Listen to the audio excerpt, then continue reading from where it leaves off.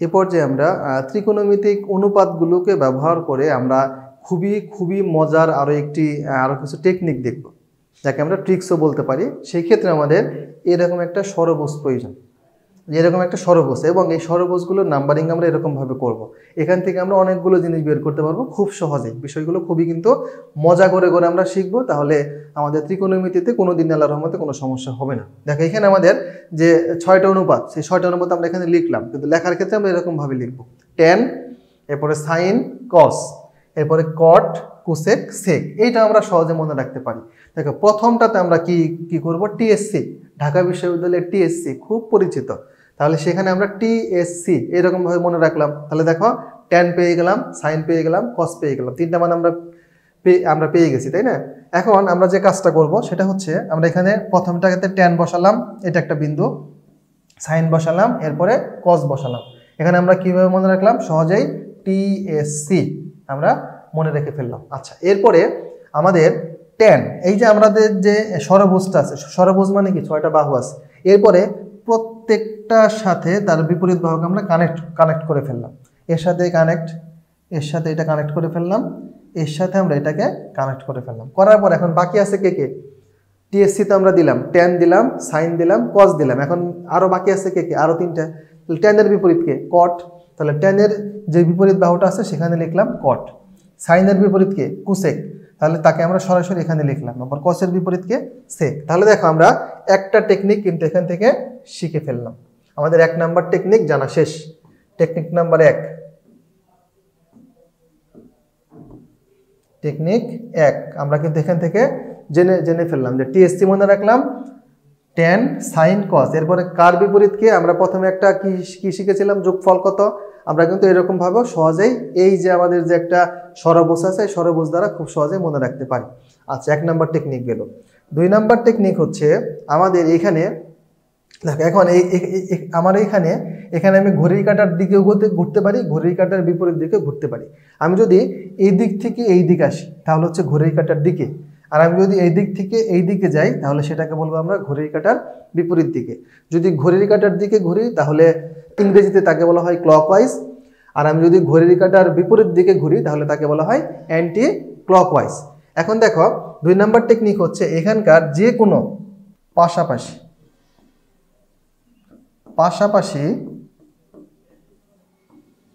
3টি বিন্দুর ক্ষেত্রে, পাশাপাশি 3টি বিন্দুর ক্ষেত্রে, পাশাপাশি 3টি বিন্দুর ক্ষেত্রে প্রথম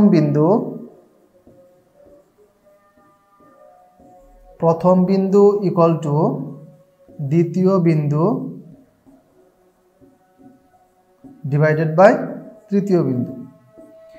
এটা তুমি ঘড়ির কাঁটার দিকেই ঘুরো অথবা ঘড়ির কাঁটার বিপরীত দিকেই ঘুরো, কোনো সমস্যা নাই।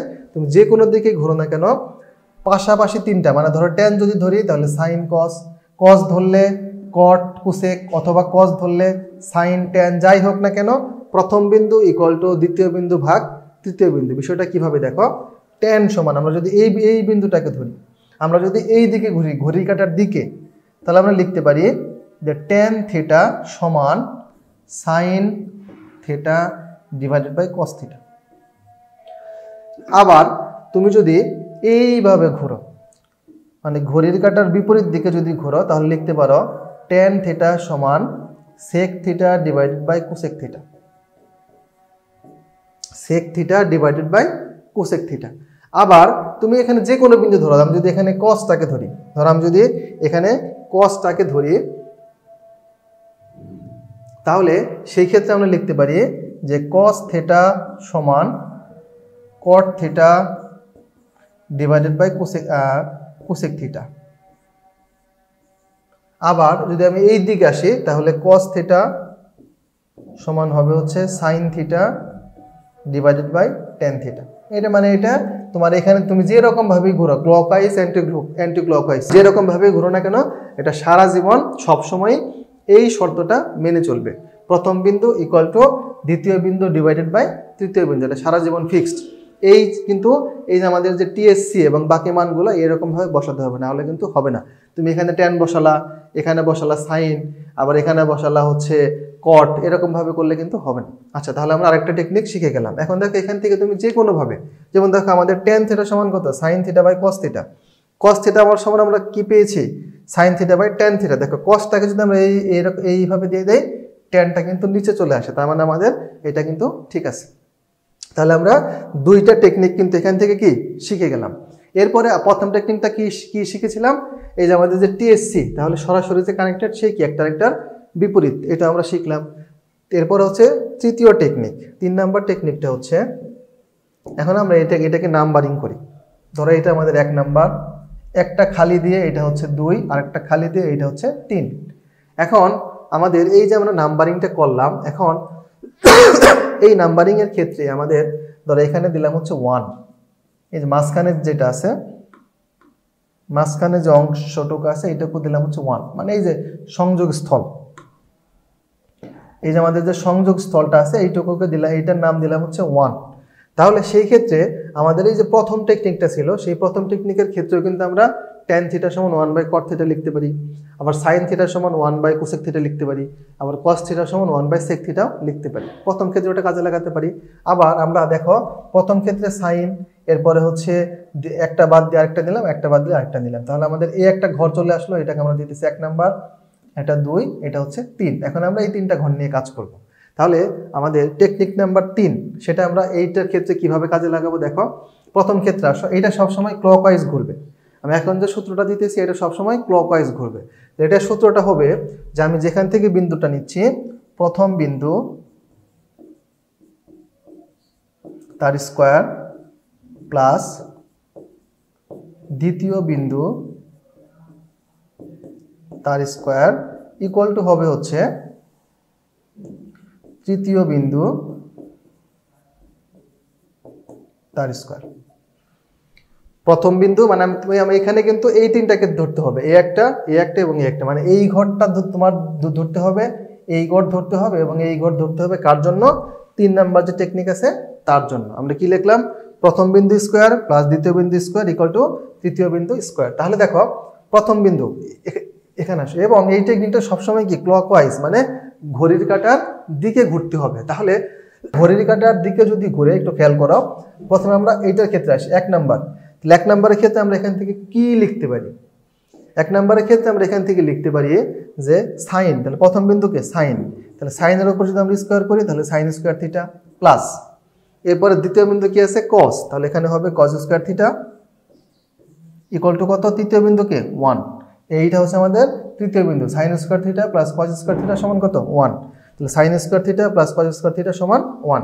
তাহলে দেখো আমরা সূত্র কিন্তু একটা পেয়ে গেলাম। আমাদের যে মূল সূত্র, এখানে আমাদের স্কয়ারের বা বর্গের 3টা সূত্র আছে, এই একটা সূত্র কিন্তু আমরা পেয়ে গেলাম। এরপরে এইটার ক্ষেত্রে আস 2 নাম্বার ঘর। তাহলে 2 নাম্বার ঘর যেহেতু আমাদের ক্লকওয়াইজ ঘুরতে হবে, তাহলে আমরা এখান থেকে শুরু করলাম। তাহলে 1 স্কয়ার মানে 1 প্লাস cot স্কয়ার থিটা, আমরা যেহেতু ক্লকওয়াইজ ঘুরবো তাহলে এরকম ভাবে ঘুরে আসতে হবে। তাহলে 3 নাম্বার বিন্দুকে কোসেক স্কয়ার থিটা। তাহলে আমরা আরেকটা সূত্র কিন্তু পেয়ে গেলাম, 1 প্লাস cot স্কয়ার থিটা সমান কত, কোসেক স্কয়ার থিটা। এরপরে সর্বশেষটায় আসো এইটাতে। তাহলে আমরা যদি এখান থেকে শুরু করি, তাহলে এখান থেকে আমরা লিখতে পারি tan স্কয়ার থিটা প্লাস পরে দ্বিতীয় বিন্দু কত 1 equal to sec square theta. tan square theta plus 1 equal to sec square theta. তাহলে দেখো আমাদের এখানে এই যে একটা ষড়ভুজ, এই একটা ষড়ভুজ থেকে কিন্তু আমরা কতগুলো টেকনিক কিন্তু এখান থেকে বের করে ফেললাম। প্রথম টেকনিক হচ্ছে কি, আমরা কি করলাম, একটার বিপরীত কিভাবে সেটা টিএসসি দ্বারা মনে রাখলাম।